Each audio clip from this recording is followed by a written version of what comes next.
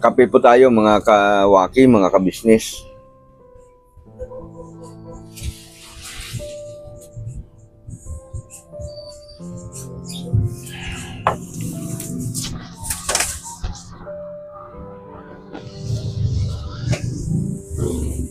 Ayan. Medyo suot muna natin to.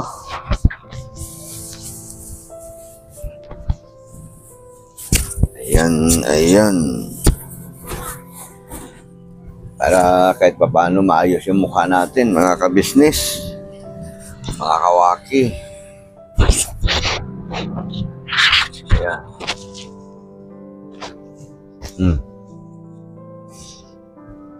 Ayan. Ito po yung pwesto na to. Ito yung pinaka-budiga ko, ano. May maliit akong budiga dito sa loob ng bahay.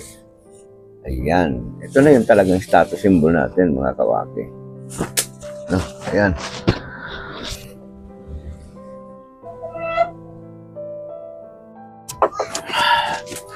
So, ayan, mga ka-business, mga kawaki, ano. For today's vlog, ay ipapakita po namin sa inyo mga kababayan natin na higit na nangangailangan doon sa probinsya ng Negros Occidental. Ito ay sa pakipagtulungan namin ni Ma'am Erlinda Official Vlog, no? Mayroon po kasi tayong mga kababayan doon sa Negros, mga kawaki, mga kabisnes na talagang higit na nangangailangan. Kaya yun, nagpadala po tayo ng tulong doon. Joint force po namin ni Ma'am Erlinda, no?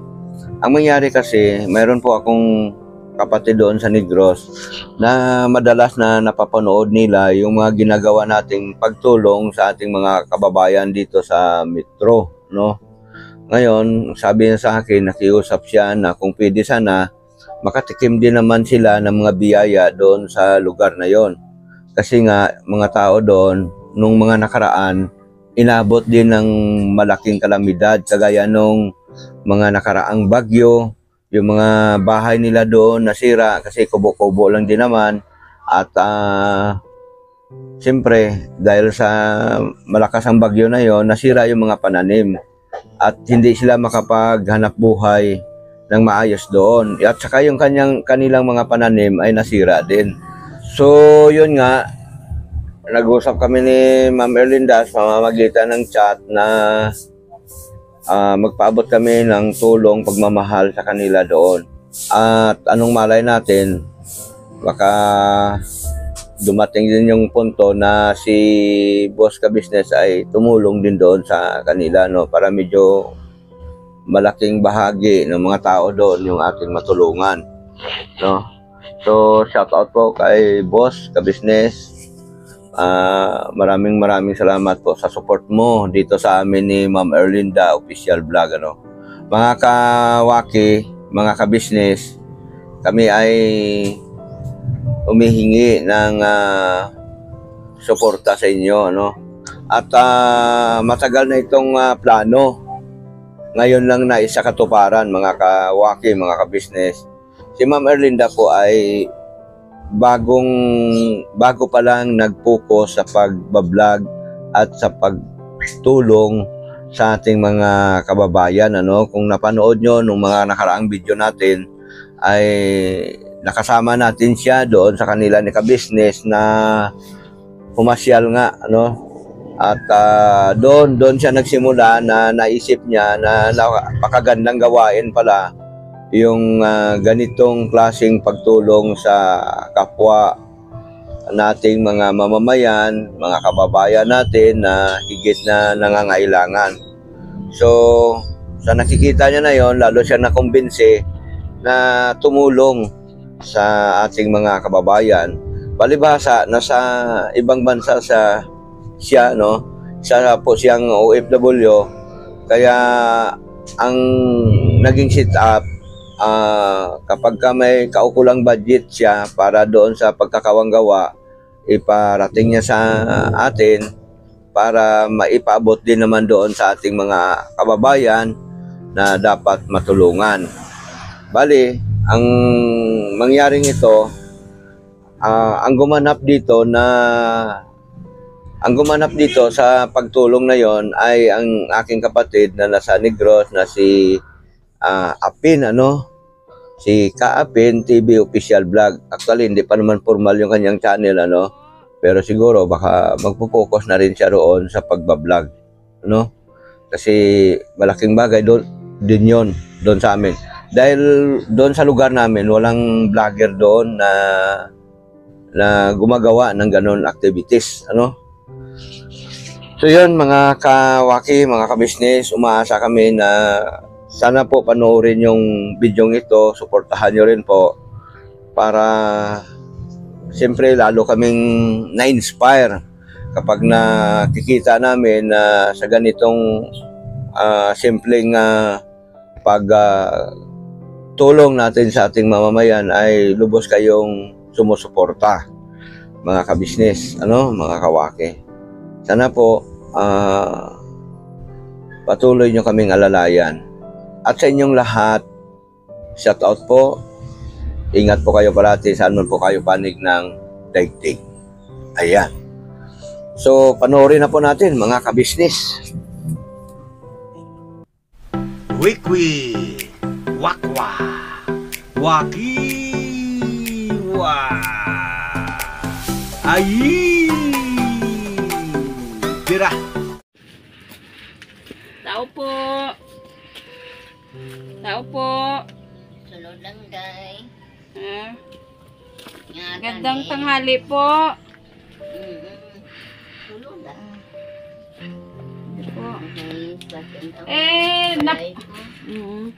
Napadaan ako dito kasi pumunta kami dyan sa may baba. Tapos parang napansin ko yung kubo mo. Kaya sasabi ko, akyat muna tayo doon, tingnan natin kung ano yung doon. Yung kubo, titingnan natin. Ngayon nakita ko ang kubo mo. Pwede ba ako maka-interview sandali lang sa'yo? Oo, dahil sulod.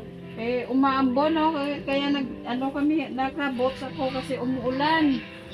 Naabutan kami ng ulan. Papasok lang ako? Oo, sulod lang. Papasok lang daw po.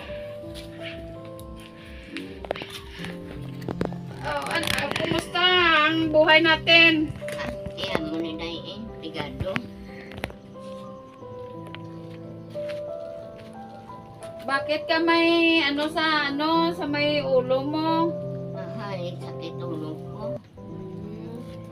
Pumunta kami doon, sa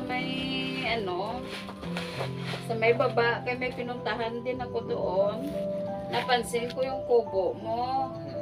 Sabi ko, tara, puntahan nga natin doon. Tas, parang kita na nakahiga ka. Sabi ko, parang may sakit ka kasi yung mo.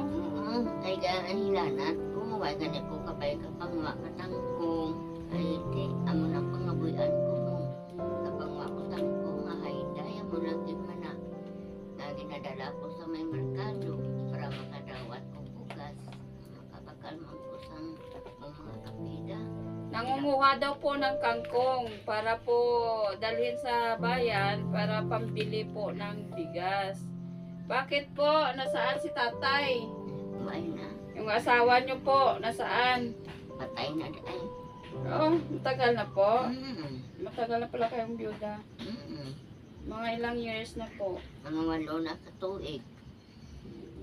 8 years nang patay ang asawa. Ilan po yung anak niyo? 5. 5. May saan sila? Bakit wala? Ay, may puro naman sa may pangabuhi Etong bahay na to sa inyo talaga to? Sino kasama mo dito tumitira o natutulog sa gabi? Kung ginapdan man ko sa mga apo ko Kasi nga, may edad ka na. Hindi dapat may gayroon ka talagang kasama. Oo. Hindi pwede pag natutulog, mag-isa lang pag may edad na.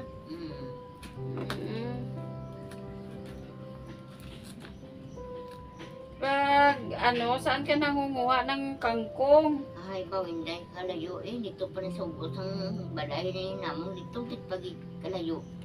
Di ginagwanta ko lang eh, sa ganong kung di ka manguha, hindi ka man makakaon.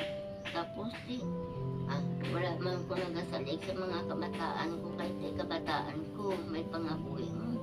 Malayo daw pinagkukuhanan ng kangkong. Napakalayo, pero tinitiis na yan. Gawa nga yung pag nabinta, makabili siya ng bigas. Oo, kasi nga yung may mga anak siya, pero meron na mga kanilang pamilyado na.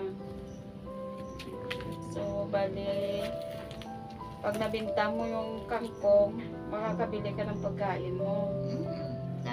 Bili ka dato nga sa kilo na isa kaputos ng kape.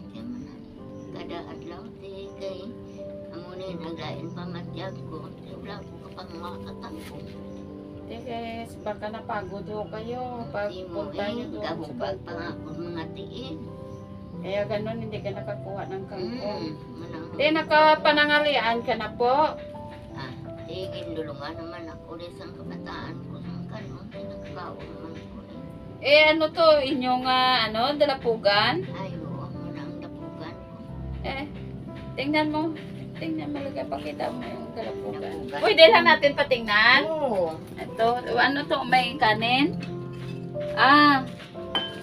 Meron naman po, may tutong.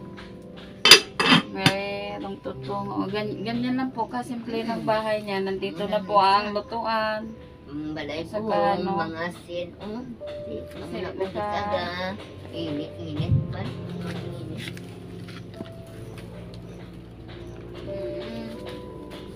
Survive lang, no? Kung paano mabuhay. Parang Oo, gano'n. May kaluoy gina ang Diyos siya.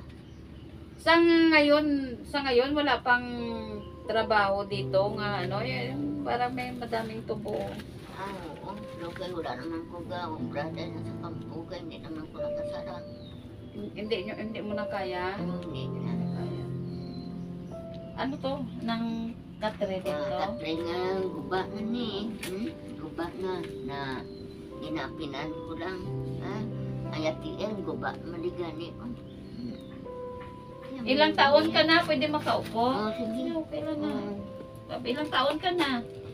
61. 61. Te, isang 60 mo. Nag-birthday ka man. Sige ni iwat-iwatan na ko nila. Isang gamay-gamay. Mga kabataan ko. Nag-ipon-ipon din sila dito para ma-birthdayhan ka. Isang tanda. Kanda, naginiwatan na nila ko. Ano po ba sakit mo? Nasakit ako na ulo. Basta may nanatan ko. Tapos, pangapoy ang mga kawasan ko ni okay na bubag ni okay. Natamaan siguro ulo ng tubig ko sa Sa pagod. Tapos, yun, pag hindi ka, dapat pag nangunguha kayo doon ng kagaya ng sinabi mo, kangkong, kain mo na bago punta doon, manguha. Kasi ganun para magkaroon ng lakas. at minsan nga nakagawa ng pagkakaon. Minsan daw pag pumupunta siya doon sa kangkungan, hindi daw siya nakakakain. Bakit? Ba't hindi man nakakakain bago magpunta doon? At minsan pag kaon na kung wala kakabukas. Dahil daw, budget lang, walang bigas. Tamang-tama, no? Yun na nga sinasabi mo, bigas. Kadalasan po kasi dito, pag mga ganitong bundok, talagang, ang pinaka-priority po ay yung bigas.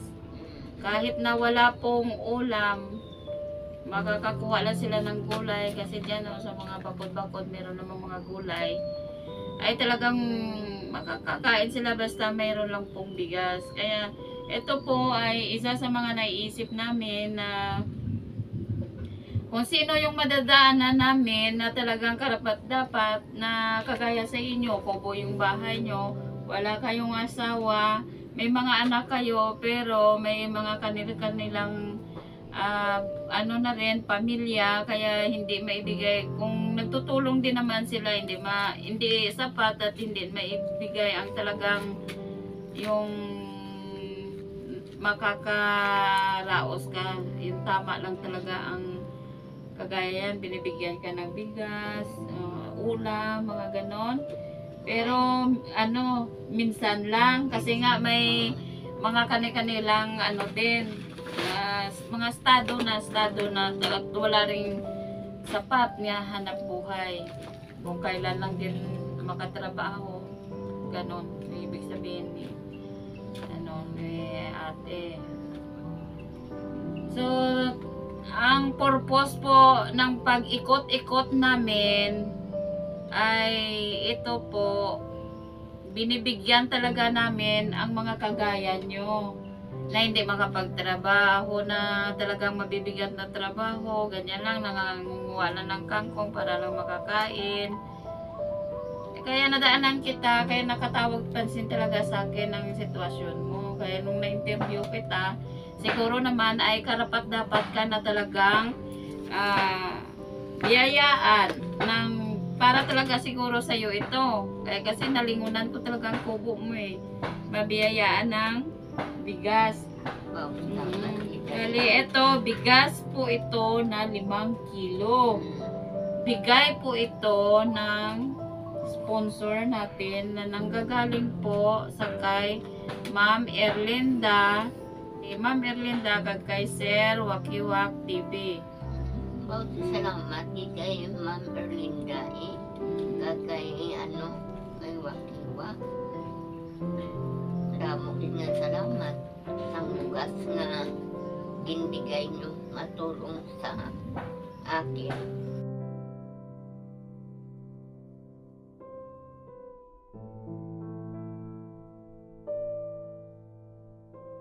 Official vlog. Lagi po natin pasasalamatan. Ito po yung napakalaking tulong na pinaabot, bigay ni Ma'am Erlinda Official Vlog kag ni Sir Wakiwak TV. Salamat din sa inyo na duwa, Ma'am Erlinda, kag sa kay Sir Wakiwak TV. TV. Ito na para kasain ka mamaya, maganda itong bigas na to kasi special yan Hasmin po yan. Kahit walang ulam, asin lang, basta tamang pagsaing lang. Yung tama lang ang tubig, huwag damihan kasi malambot po ito eh. O tapos huwag bigla ang apoy para masarap mamaya ang pagkain mo. O tapos gulay lang, ha? Para makakain ka. Kaya may sakit ka, ilang araw hindi ka siguro makapanguha ng kangkong, tamang-tama talaga ito para sa'yo talaga. Salamat. Kaya pasasalamatan po talaga natin si Ma'am Erlinda Official Vlog. Ma'am Erlinda Official Vlog. Maraming salamat po. Maraming salamat kay Ma'am Erlinda Official Vlog. kag Kagkay kay Wakiwak Wakiwak TV. TV. Thank you. Maraming salamat kid.